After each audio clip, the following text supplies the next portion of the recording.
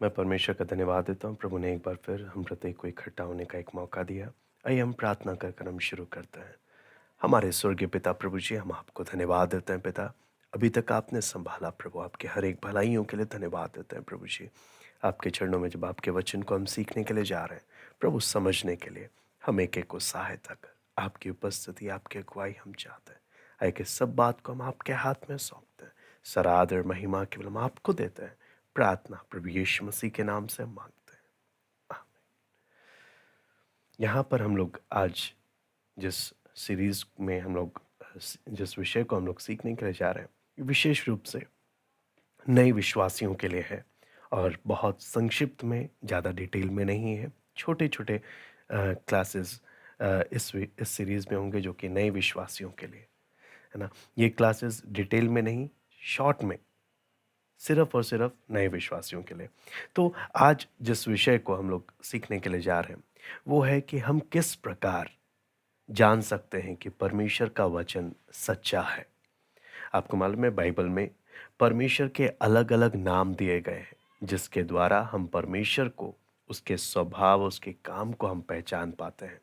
उसी प्रकार बाइबल के भी परमेश्वर के वचन में अलग अलग नाम दिए गए हैं जिनके द्वारा हम परमेश्वर के वचन बाइबल को भी समझ सकते हैं, है ना। तो सबसे पहला हम लोग जब परमेश्वर के वचन बाइबल के बारे में जब हम देखते हैं, इसकी प्रेरणा के विषय में, तो हम लोग सबसे पहला इब्रानियों की पुस्तक उसका चौथा अध्याय उसका 12वां वचन हम लोग देखेंगे।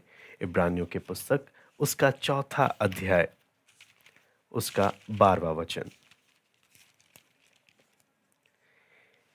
यहाँ पे लिखा है, क्योंकि परमेश्वर का वचन जीवित और प्रबल और हर एक दोधारी तलवार से भी बहुत चोखा है और प्राण और आत्मा को गांठ गांठ और गुदे गुदे को अलग करके आर पार छेदता है और मन की भावनाओं और विचारों को जांचता है।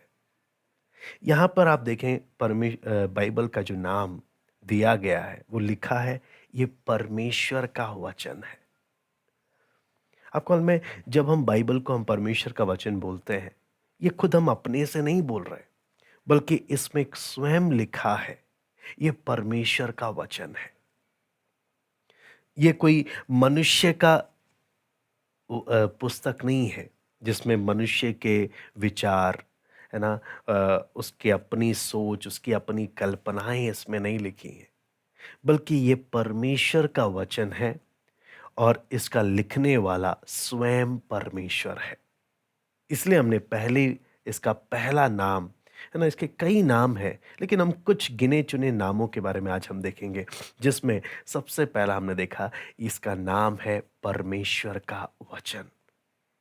बाइबल का पहला नाम परमेश्वर का वचन, है ना। इसको हम लोग एक और वचन के साथ देख सकते हैं, रोमियो की पुस्तक 10वां अध्याय उसका 17वां वचन।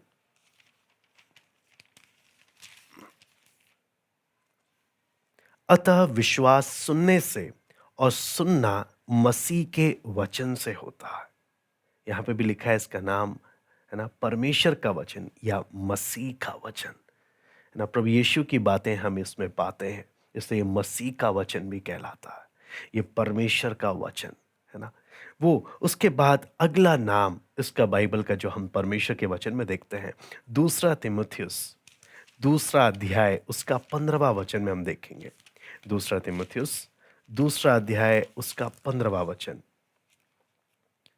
यहाँ पे लिखा है, अपने आप को परमेश्वर का ग्रहण योग्य और ऐसा काम करने वाला ठहराने का प्रयत्न कर जो लज्जित होने ना पाए और जो सत्य के वचन को ठीक रीति से काम में लाता हो। यहाँ पे लिखा है सत्य के वचन को। बाइबल के बारे में अगला जो नाम इस्तेमाल किया गया वो क्या है? सत्य का वचन। यानी पहला हमने देखा ये परमेश्वर का वचन है, दूसरा ये सत्य का वचन है, इसमें कोई झूठ नहीं है। और आपको मालूम है, हम आज एक ऐसे समाज में रहते हैं जहां सत्य को भी विभाजित कर दिया गया है, सत्य को भी डिवाइड कर दिया गया। ये तेरा सच है, ये मेरा सच है। मैं उस वैसे सच की बात नहीं कर रहा, मैं परम सत्य, एब्सोल्यूट ट्रुथ की बात कर रहा हूं। यानी एक ऐसे सच की बात हम कर रहे हैं जो आपके लिए भी उतना ही सच है, मेरे लिए भी उतना ही सच है। ऐसा सच जो सबके लिए सच है। ऐसा नहीं कि मेरे लिए अलग सच है, आपके लिए अलग सच है ना? ऐसा नहीं, बल्कि सबके लिए एक समान सच। और सच की एक खूबी है, चाहे मैं विश्वास करूं या ना करूं, सच सच है। झूठ झूठ है, चाहे मैं विश्वास करूं या ना करूं। लेकिन बाइबल के बारे में जो नाम दिया गया वो सत्य का वचन है। इसमें एक भी बात झूठ नहीं है, एक भी बात इसमें गलत नहीं है। जब ये परमेश्वर का वचन है तो इसमें गलती कैसे हो सकती है? हजारों लोगों ने, आपको मालूम है, बाइबल में बहुत गलतियां ढूंढने का कोशिश किया, लेकिन इतिहास गवाह है कि जितने भी इसमें गलतियां ढूंढने गए, उन्हें एक गलती नहीं मिला, बल्कि परिणाम क्या हुआ? जो गलती ढूंढने गए निकले थे, उस यात्रा में निकले थे, वो खुद विश्वासी बन गए। वो खुद परमेश्वर के पीछे चलने वाले बन गए। कारण क्या है? ये परमेश्वर का वचन नंबर एक। नंबर दो, इसका नाम क्या है? ये सत्य का वचन है, सबके लिए एक समान, है ना? और इसके बारे में जब हम तीसरा बात, इसका जब नाम हम पढ़ते हैं, वो है फिलिपियों की पुस्तक। हम लोग देखेंगे उसका दूसरा अध्याय, उसका 15वां वचन मैं पढ़ना चाहूंगा। फिलिपियों की पुस्तक दूसरा अध्याय उसका 15वां वचन। ताकि तुम निर्दोष और भोले होकर टेढ़े और हठीले लोगों के बीच परमेश्वर के निष्कलंक संतान बने रहो, जिनके बीच में तुम जीवन का वचन लिए हुए जगत में जलते दीपकों के समान दिखाई देते हो। यहां पे अगला नाम जो दिया गया है वो क्या है? जीवन का वचन है। जीवन का वचन, पहला परमेश्वर का वचन, दूसरा सत्य का वचन, तीसरा ये जीवन का वचन है ना? हमने यहां पर पढ़ा, हमारे आसपास टेढ़े हटीले हर प्रकार की वैरायटी के लोग होंगे, लेकिन परमेश्वर ने आपके और मेरे हाथ में एक जीवन का वचन दिया है। जीवन का वचन, इसका नाम ही जीवन का वचन है। इसको हम लोग इब्रानी 4 का 12 में भी जब पढ़ते हैं तो वहां पे लिखा है, क्योंकि परमेश्वर का वचन जीवित है। ये बाकी पुस्तकों के जैसे नहीं है, ये जान देने वाली पुस्तक है ना? आप इसके बारे में जब हम पढ़ते हैं तो जो कोई परमेश्वर के वचन को पढ़ता समझता, ध्यान रखना, पढ़ता समझता और विश्वास करता है, ये उसके जीवन को बदल देता है। उसके लिए मैं पढ़ना चाहूंगा दूसरा कुरिन्ती 5वां अध्याय, उसका 17वां वचन। दूसरा कुरिन्ती 5वां अध्याय उसका 17वां वचन। इसलिए यदि कोई मसीह में है तो वो नई सृष्टि है, पुरानी बातें बीत गई, देखो सब बातें नई हो गई हैं।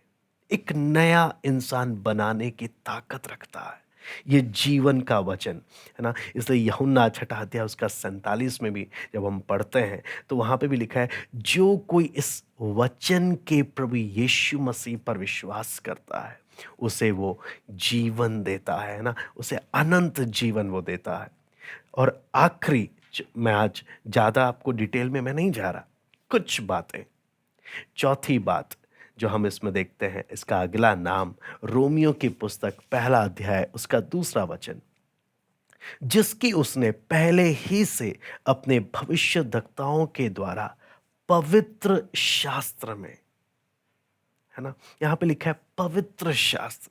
इसका नाम क्या है? पवित्र शास्त्र। अगर आप इसको देखेंगे तो शब्द जो यहां पे लिखा है शास्त्र, शास्त्र बोलने का मतलब क्या है? लेख। और इसके साथ एक और शब्द जो जोड़ा गया वो क्या है? पवित्र। यानी बहुत सी पुस्तकें हैं, बहुत सी लिखी हुई किताबें हैं, लेकिन ये उनमें से एक नहीं है। ये पवित्र है, ये बाकी सबसे हटकर अलग है। कारण क्या है? ये परमेश्वर का वचन, जीवन देने वाला वचन, ये सत्य का वचन है ना? इसके जैसा दुनिया में कोई और किताब नहीं है। इसके जैसी पुस्तक दुनिया में कोई और नहीं है ना? यही एकमात्र किताब है जो परमेश्वर ने आपको और मुझे दिया है कि हमें जीवन किस प्रकार निर्वाह करना है, जीवन किस प्रकार बिताना है ना? इसलिए हमारा परमेश्वर के वचन के प्रति हमारी सोच भी, हमारा नजरिया भी उसी प्रकार से रहे। यशाया 66वां अध्याय उसका 1 और 2 मैं पढ़ना चाहूंगा। यहां पे लिखा है, यहोवा यों कहता है, आकाश मेरा सिंहासन और पृथ्वी मेरे चरणों की चौकी है। तुम मेरे लिए कैसा भवन बनाओगे और मेरे विश्राम का कौन सा स्थान होगा? यहोवा की यह वाणी है, ये सब वस्तुएं मेरे ही हाथ की बनाई हुई हैं, इसलिए ये सब मेरी ही हैं। परंतु मैं उसी की ओर दृष्टि करूंगा जो दीन और खेदित मन का हो और मेरा वचन सुनकर थरथराता हो। है ना? प्रभु क्या होता है? मैं उसी की ओर दृष्टि करूंगा जो दीन और खेदित मन का है और मेरा वचन सुनकर थरथराता है ना? मतलब मुझे कितने आदर के साथ और क्या परमेश्वर के वचन के प्रति मेरा नजरिया, मेरा सोच कैसा होना चाहिए। ये 4 बातें हमने याद रखनी है। ये कोई इंसान की किताब नहीं है, ये कोई ऐसी कोई किताब नहीं है, ये परमेश्वर का वचन है, ये सत्य वचन है, इसमें एक भी झूठ या एक भी गलती नहीं है। नंबर 3, ये जीवन का वचन है, जिंदगियां बदलने वाला वचन है, जिंदगी बदल सकता है जो वचन को पढ़ता, समझता और विश्वास करता है। नंबर 4, ये पवित्र शास्त्र है। जितना आदर मैं परमेश्वर को देता हूं, उसी आदर के साथ मैं इस वचन को भी देखूंगा। मैं उम्मीद करता हूं हमने थोड़ा सा आज परमेश्वर के वचन के नामों के बारे में देखा। आने वाले सीरीज में हम इसके आगे हम लोग सीखेंगे। आइए हम प्रार्थना करते हैं। हमारे स्वर्गीय पिता प्रभु जी, हम आपको धन्यवाद देते हैं प्रभु। कुछ समय पिता आपके वचन को अध्ययन करने का आपने मौका दिया, इसे समझने के लिए हम एक एक को सहायता कर। यह आपका वचन है, कोई इंसान की किताब नहीं जिसने अपनी बुद्धि और अपनी समझ से अपनी कल्पनाओं को या अपने विचारों को इसमें लिखा हो। यह आपकी आत्मा के द्वारा, आपकी आत्मा की प्रेरणा से लिखा गया आपका वचन है, जो आपने हम एक एक को दिया। समझने के लिए सहायता कर, हम एक एक से बात कर प्रभु। सब बात को आपके हाथ में सौंपते, सारा आदर महिमा केवल हम आपको देते हैं। प्रार्थना प्रभु यीशु मसीह के नाम से